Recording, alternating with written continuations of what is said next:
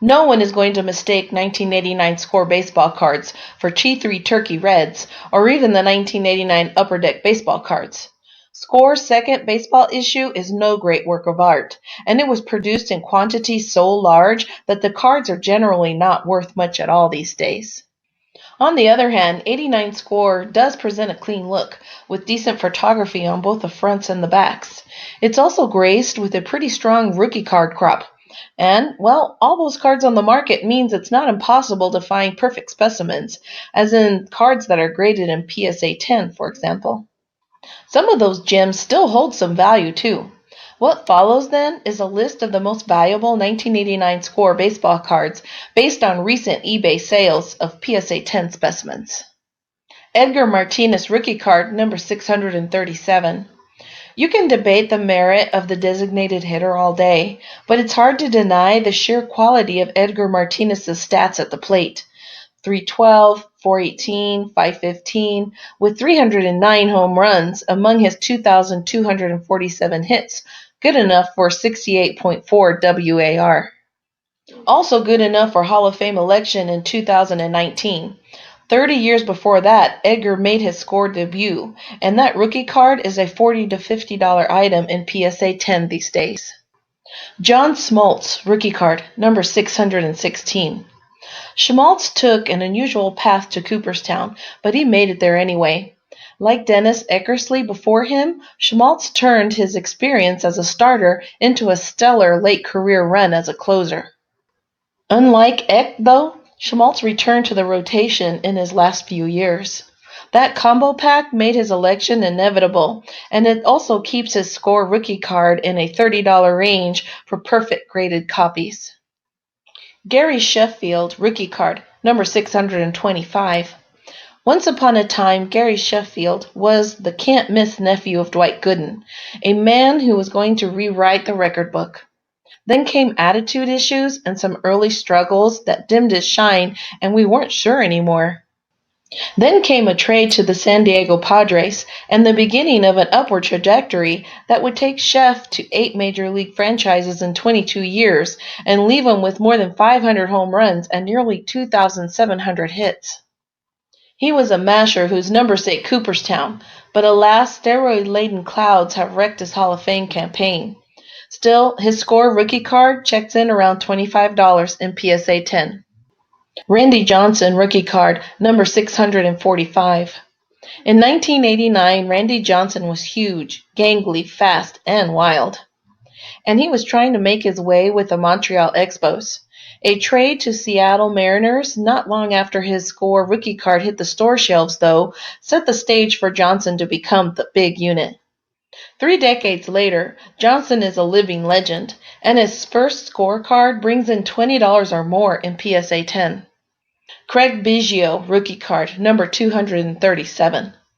Biggio was once a promising catching prospect, one who showed every sign of making good on that promise, as evident by a Silver Slugger and All-Star appearance at the position before moving across the diamond to second base in 1992. This 1989 card of the budding superstar was Biggio's first base Score issue. He appeared in the rookie/traded set in 1988. And it typically hammers down around $20 in PSA 10. Sandy Alomar Jr. rookie card, number 630. Everybody was pretty sure in the late 1980s that the Alomar boys were going to be something special. All we were unsure about was A, when they were going to arrive, and B, which one would get to the Hall of Fame first. As it turned out, Roberto won in both battles, as it took Sandy Jr. a couple more years to get on track. When he did, though, he won the 1990 American League MVP award for the Cleveland Indians. Before that, he appeared on this extreme close-up 1989 rookie card in that year's Score set. Today, it's a $20 plus card when graded and pristine. Cal Ripken Jr., number 15.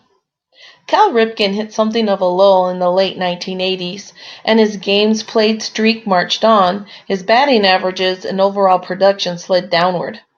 The Orioles legend took a lot of heat too, with plenty of folks suggesting he should rest now and then in the name of boosting his output.